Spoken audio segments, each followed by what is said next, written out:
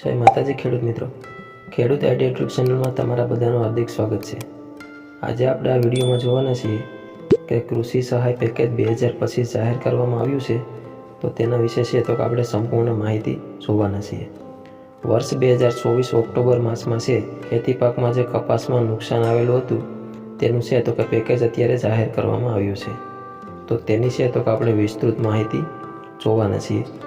તો તમે છે તો કે વિડીયો છે તો કે છેલ્લે સુધી જરૂર જોજો।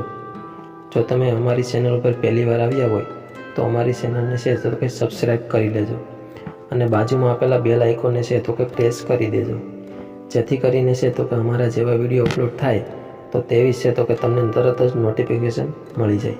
તો ચાલો હવે આપણે આગળ વિડીયોની શરૂઆત કરીએ। તો હવે આપણે આગળ વિડીયોમાં કઈ ટોપિક ઉપર વાત કરવાના છીએ તો તે પહેલાં આપણે જોઈ લઈએ।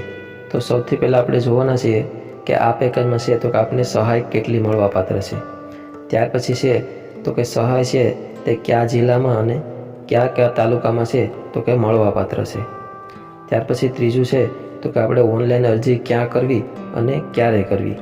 ત્યાર પછી ચોથું છે તો કે ઓનલાઈન અરજી કરવા માટે જરૂરી ડોક્યુમેન્ટ ક્યાં જોશે, અને ત્યાર પછી પાંચમું છે તો કે ઓનલાઈન અરજી કર્યા બાદ છે તો કે ડોક્યુમેન્ટ આપણે ક્યાં જમા કરવાના રહેશે। તો કે આ ટોપિક ઉપર છે તો કે આપણે આગળ જોવાના છીએ।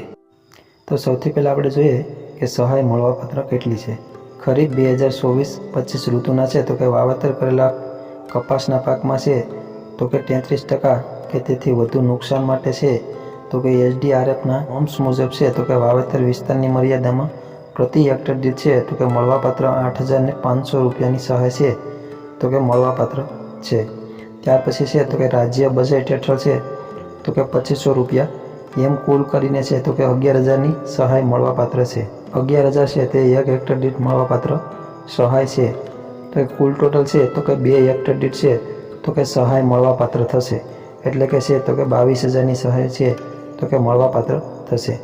આ સહાય ખાતા દીઠ છે તો કે ગામ નંબરના નંબર 8 મુજબ છે તો કે મહત્તમ 2 હેક્ટરની મર્યાદામાં મળવાપાત્ર થશે।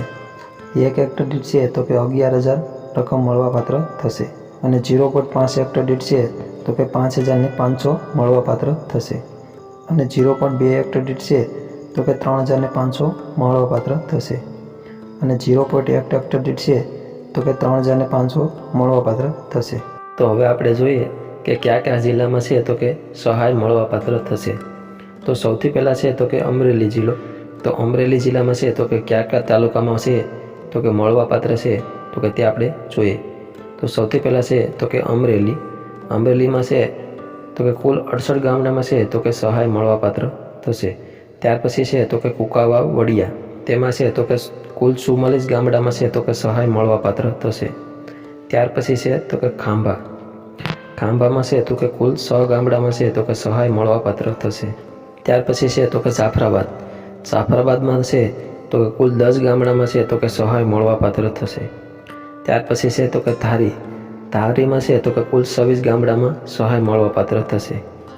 ત્યાર પછી છે બગસરામાં છે તો કે કુલ ગામડામાં છે તો કે સહાય મળવાપાત્ર થશે। ત્યાર પછી છે બાબરામાં કુલ 15 ગામડામાં સહાય મળવાપાત્ર થશે। ત્યાર પછી છે રાજુલામાં કુલ 18 ગામડામાં છે તો કે સહાય મળવાપાત્ર થશે। ત્યાર પછી છે લાઠીમાં છે તો કે કુલ 30 ગામડામાં સહાય મળવાપાત્ર થશે। ત્યાર પછી છે લીલિયામાં કુલ 19 ગામડામાં છે તો કે સહાય મળવાપાત્ર થશે। ત્યાર પછી છે સાવરકુંડલામાં છે તો કે કુલ 30 ગામડામાં છે તો કે સહાય મળવાપાત્ર થશે। ત્યાર પછી છે તો કે જામનગર જિલ્લો। તો તેમાં છે તો કે આપણે કયા તાલુકામાં મળવાપાત્ર થશે તો તે આપણે જોઈએ। તો સૌથી પહેલું છે તો કે ધ્રોલ તાલુકાના છે ગામડામાં છે તો કે સહાય મળવાપાત્ર થશે। ત્યાર પછી છે જામજોધપુર, તેમાં છે તો કે કુલ 69 ગામડામાં મળવાપાત્ર થશે। ત્યાર પછી છે જામનગર સિટી, તેના છે તો કે 7 ગામડામાં સહાય મળવાપાત્ર થશે। ત્યાર પછી છે જામનગર ગ્રામ્ય, તેમાં છે તો કે કુલ 101 ગામડામાં છે તો કે સહાય મળવાપાત્ર થશે। ત્યાર પછી છે જોડિયામાં છે તો કે કુલ 37 ગામમાં છે તો કે સહાય મળવાપાત્ર થશે। પછી છે તો કે કાલાવડમાં છે તો કે કુલ 98 ગામડામાં છે તો કે સહાય મળવાપાત્ર થશે। ત્યાર પછી છે તો કે લાલપુરના છે તો કે કુલ 73 ગામડામાં છે તો કે સહાય મળવાપાત્ર થશે। ત્યાર પછી છે તો કે હવે રાજકોટ જિલ્લો, તેમાં છે તો કે આપણે કયા તાલુકામાં સહાય મળવાપાત્ર થશે તો તે આપણે જોઈએ. તો સૌથી પહેલાં છે તો કે રાજકોટના કુલ 103 ગામમાં છે તો કે સહાય મળવાપાત્ર થશે. ત્યાર પછી છે તો કે રાજકોટ શહેર પૂર્વ, તો તેમાં છે તો કે કુલ 6 ગામડામાં સહાય મળવાપાત્ર થશે. ત્યાર પછી છે તો કે રાજકોટ શહેર દક્ષિણ, તેમાં છે તો કે કુલ 10 ગામડાને સહાય મળવાપાત્ર થશે. ત્યાર પછી છે રાજકોટ શહેર પશ્ચિમ, તો તેમાં છે તો કે કુલ 10 ગામડાને સહાય મળવાપાત્ર થશે. ત્યાર પછી છે તો કે લોધિકા, તેમાં છે તો કે કુલ 38 ગામડાને સહાય મળશે. ત્યાર પછી છે કોટડા સાંગાણી, તેમાં છે તો કે કુલ 41 ગામડાને સહાય મળવાપાત્ર થશે. ત્યાર પછી છે ગોંડલમાં કુલ 87 ગામડાને છે તો કે સહાય મળવાપાત્ર થશે. ત્યાર પછી છે જેતપુરમાં કુલ 55 ગામડાને સહાય મળવાપાત્ર થશે. ત્યાર પછી છે જામકંડોરણા, તેમાં છે તો કે કુલ 47 ગામડાને છે તો કે સહાય મળવાપાત્ર થશે. ત્યાર પછી છે ઉપલેટામાં કુલ 55 ગામડાને છે તો કે સહાય મળવાપાત્ર થશે. ત્યાર પછી છે તો કે હવે છોટાઉદેપુર જિલ્લો, તો તેમાં છે તો કે એક તાલુકાને છે તો કે સહાય મળવાપાત્ર થશે, તે છે તો કે નસવાડી, તેમાં છે તો કે કુલ 22 ગામડાને સહાય મળવાપાત્ર થશે. ત્યાર પછી છે તો કે સુરેન્દ્રનગર જિલ્લો, તો તેમાં જોઈએ તો કે કઈ તાલુકાને છે તો કે સહાય મળવાપાત્ર થશે.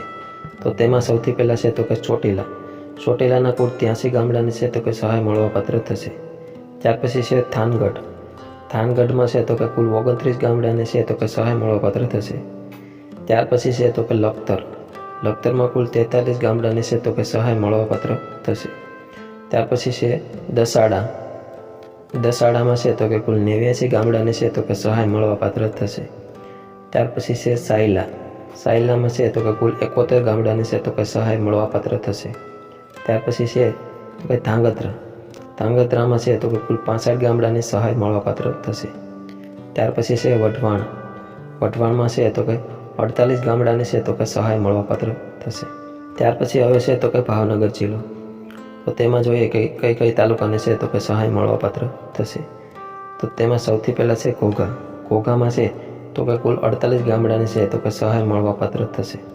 ત્યાર પછી છે ઉમરાળામાં કુલ 43 ગામડાને સહાય મળવાપાત્ર થશે. ત્યાર પછી છે સિહોરમાં કુલ 82 ગામડાને છે તો કે સહાય મળવાપાત્ર થશે. ત્યાર પછી છે મહુવામાં છે તો કુલ 127 ગામડાને છે તો કે સહાય મળવાપાત્ર થશે. તો હવે આપણે જોઈએ કે ઓનલાઈન અરજી છે તો કે ક્યારે કરવી. તો ઓનલાઈન અરજી છે તો કે 2 સપ્ટેમ્બર 2025થી લઈ અને 16 સપ્ટેમ્બર 2025 સુધી છે તો કે કરવાની રહેશે. તો હવે જોઈએ તો કે ઓનલાઈન અરજી ક્યાં કરવી. તો ઓનલાઈન અરજી છે તો કે ડિજિટલ ગુજરાતના પોર્ટલ ઉપર છે તો કે તમારા ગામના PCA પાસે છે તો કે કરાવવાની રહેશે. તો ત્યાર પછી આપણે જોઈએ કે ઓનલાઈન અરજી કરવા માટે છે તો કે ડોક્યુમેન્ટ છે તો કે ક્યાં જોશે. તો સૌથી પહેલાં છે તો કે 7, 12 અને 8ની નકલ. ત્યાર પછી બીજું છે તો કે આધાર કાર્ડની નકલ. ત્યાર પછી ત્રીજું છે તો કે બેંક પાસબુકની નકલ. તેમાં છે તો કે એકાઉન્ટ નંબર અને IFSC કોડ છે તો સ્પષ્ટ દેખાતો હોવો જોઈએ. ત્યાર પછી ચોથું છે તો કે મોબાઈલ નંબર. તો એટલા ડોક્યુમેન્ટ લઈ અને તમે તમારા ગામના VCA પાસે જશો એટલે તમારું ફોર્મ છે તો કે ભરાઈ જશે. ત્યાર પછી છે તો કે બીજા વધારાના કયા ડોક્યુમેન્ટ જોશે તો તે આપણે જોઈ લઈએ. તો જે અત્યારે આપણે ઓનલાઈન ફોર્મ ભર્યું હોય VCA પાસે, એક તેની પ્રિન્ટ જોશે. ત્યાર પછી બીજું છે 7, 12 અને 8ની નકલ. ત્યાર પછી આધાર કાર્ડની નકલ. ત્યાર પછી છે તો કે વાવેતરનો દાખલો, તલાટીની સહીવાળો.